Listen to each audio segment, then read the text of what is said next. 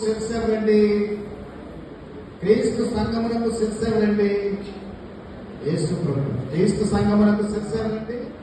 ఒక ఎమ్మెల్యేకి ఎంతసేపు ఎన్ని సంవత్సరాల అధికారం ఉంటుందండి? 5 సంవత్సరాలు. ఒక ఎమ్మెల్యేకి ఎంత అధికారం ఉంటుంది? ఎన్ని సంవత్సరాల అధికారం ఉంటుందండి? 5 సంవత్సరాలు.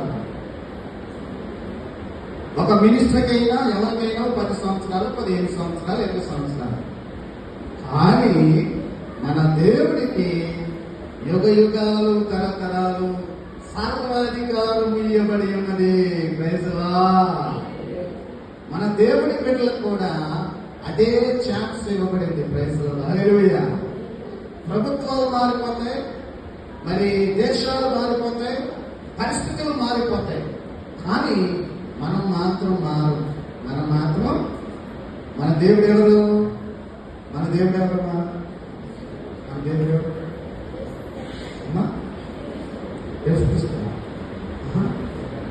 దేవుడు యేసుక్రీస్తు.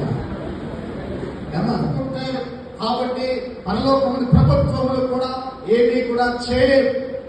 ప్రభుత్వాలు క్రైస్తవ్యాన్ని అణిచివేయాలని ఎన్ని ఆంక్షలు పెట్టినా, ఎన్ని రాయితీలు తీసేసినా, ఎన్ని ఎస్సీ వాళ్ళకి రాయితీలు లేవు, కోర్టులో న్యాయం లేదు, అది లేదు, ఇది లేదు, ఇవన్నీ చెప్పినా ప్రభు సన్నిధానంలో దేవుడు తన కార్యాన్ని చేస్తూనే ఉంటాడు. Praise lord. హల్లెలూయా. అవసరంగా చెప్పేవాడిని మార్చేస్తాడు దేవుడు. హల్లెలూయా. ఆయనకి సర్వాధికారము ఇవ్వబడి ఉన్నది. Praise lord. ఇది వరకు ఎమ్మెల్యే ప్రభుత్వం మీద అధికారం ఎవరికి ఇవ్వబడింది? అధికారము దేవుడికి ఉన్నది. ఈ లోకంలో అధికారం ఎవరికి ఇవ్వబడింది? దేవుడికి. పరలోకంలో అధికారం ఎవరికి ఇవ్వబడింది? దేవుడికి ఇవ్వబడింది. సర్వాధికారం ఎవరికి ఇవ్వబడింది?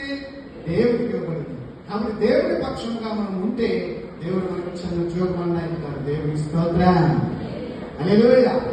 ఉద్యోగం లేక గొడవలతో, సమస్యలతో, అనారోగ్యాలతో బాధపడుతున్న వాళ్ళారా, ప్రభు మీకు చెప్తా ఉన్నాడు, చనిపోయినా ప్రభు కొరకే, బ్రతికినా ప్రభు కొరకే.